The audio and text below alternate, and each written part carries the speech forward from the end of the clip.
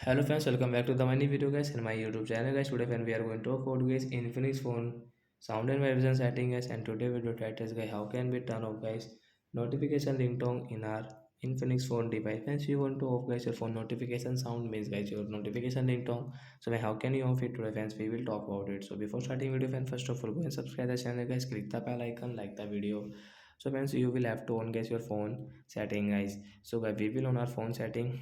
After on phone setting scroll it, and friends you can see this tab settings. So friends, click on guys your phone ringtone means your sound and vibration setting, then guys scroll it. Friends, you can see guys your phone notification ringtone guys, we will tap here.